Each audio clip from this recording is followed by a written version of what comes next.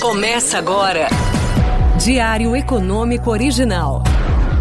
Uma parceria entre o Banco Original e o Canal Rural, com uma análise das principais informações que impactam os mercados, a economia global e do Brasil. Apresentação Marco Caruso. Bom dia, hoje é dia 13/12/22 e esse é o Diário Econômico Original. A semana começou com viés negativo. Foi um dia essencialmente de dólar forte pelo mundo na segunda, alta dos juros futuros e bolsas no negativo, com os Estados Unidos como exceção. Só que o noticiário local também não ajudou, o que fez o movimento aqui no Brasil ser mais forte.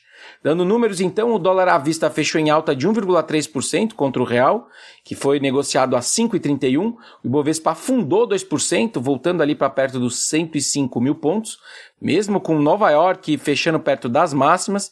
E o prefixado para janeiro 25, por exemplo, abriu mais de 30 pontos, negociado a 13,40% ao ano. Uma soma de rumores que se encaixam com alguns fatos explicam o movimento por aqui. O mercadante foi cogitado como presidente do BNDES ou da Petro ontem. Mas isso desrespeitaria a lei das estatais, que, entre outras coisas, diz, abre aspas, é vedada a indicação da pessoa que atuou nos últimos 36 meses como participante de estrutura decisória de partido político ou em trabalho vinculado à campanha eleitoral. Fecha aspas. Relembrando que o mercadante foi o coordenador econômico da campanha do Lula e é um quadro histórico da direção do PT.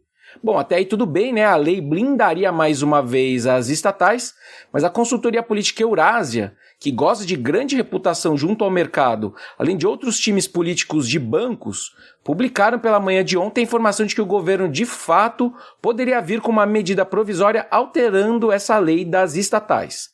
E aí, se a gente somar essas especulações com a entrevista dias atrás do próprio mercadante defendendo o papel do BNDES como propulsor da economia e com riscos de revisões sobre os juros que o banco cobra, aí o estrago nos preços está feito. Qual que é o medo do mercado financeiro, especificamente no caso do BNDES? Para quem não está familiarizado, antes do presidente Temer, algumas linhas de crédito do BNDES eram subsidiadas pela velha TJLP, que é uma taxa de juros, que basicamente respondia muito pouco ou quase nada a mudanças na Selic. E qual que é o problema disso? Vários. Mas para ficar com dois, como um pedaço grande do crédito não respondia às decisões do nosso Banco Central, porque era subsidiado, como eu disse, eles precisavam subir muito mais a Selic para atingir uma mesma desaceleração da economia e uma mesma desinflação.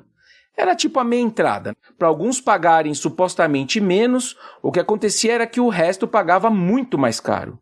E isso acontecia com empresas grandes, que podiam se capitalizar via mercado de capitais e outros instrumentos. Eles não precisavam desse mamão com açúcar. Enfim, o lado bom é que o governo eleito se disse perplexo com esses rumores de revogação da lei e hoje o futuro ministro da Fazenda, o Haddad, vai dar uma entrevista depois do fechamento do mercado esclarecendo o assunto. Fora isso, o mercadante teria dito ao presidente da Febraban, o Isaac Sidney, que não há mais espaço fiscal para a política de subsídios adotadas em governos passados pelo BNDES. Outra coisa que fez o fechamento ser menos pior, digamos assim, que o que a gente viu ao longo do dia, foi a notícia dizendo que a mesa da Câmara Federal avisou os deputados que ainda não tem data para votar a PEC da transição. Eu comentei com vocês ontem que a decisão do STF sobre o orçamento secreto poderia atravancar esse meio de campo. E realmente, para garantir que o Congresso não vai perder o controle dessas emendas, que está dentro do orçamento secreto, eles decidiram esperar para pautar a PEC da transição para depois da posição do Supremo, que pode acontecer na quarta-feira.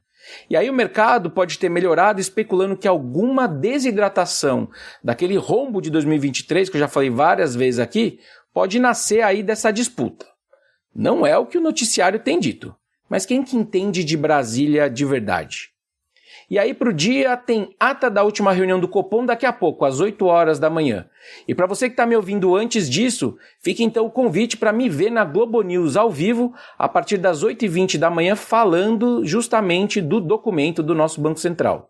E aí logo depois, às 9 horas, a gente vai conhecer os dados do setor de serviços de outubro, abrindo o quarto trimestre do carro-chefe da recuperação do PIB. E a gente está na ponta mais otimista das projeções para esse dado da PMS, a Pesquisa Mensal de Serviços. E aí, finalmente, às 10h30 da manhã, o grande destaque da agenda lá fora, que é a inflação dos Estados Unidos ao consumidor, que vai começar aí a definir o humor do resto da semana. Eu comentei ontem aqui com vocês que os riscos estão enviesados para pior, uma inflação mais alta, principalmente nos núcleos. Veremos. Por hoje é isso, turma. Bom dia, bons negócios e sorte sempre. Você ouviu Diário Econômico Original, uma parceria entre o Banco Original e o Canal Rural, com uma análise das principais informações que impactam os mercados, a economia global e do Brasil. De segunda a sexta, às 6 da manhã, no Spotify e YouTube.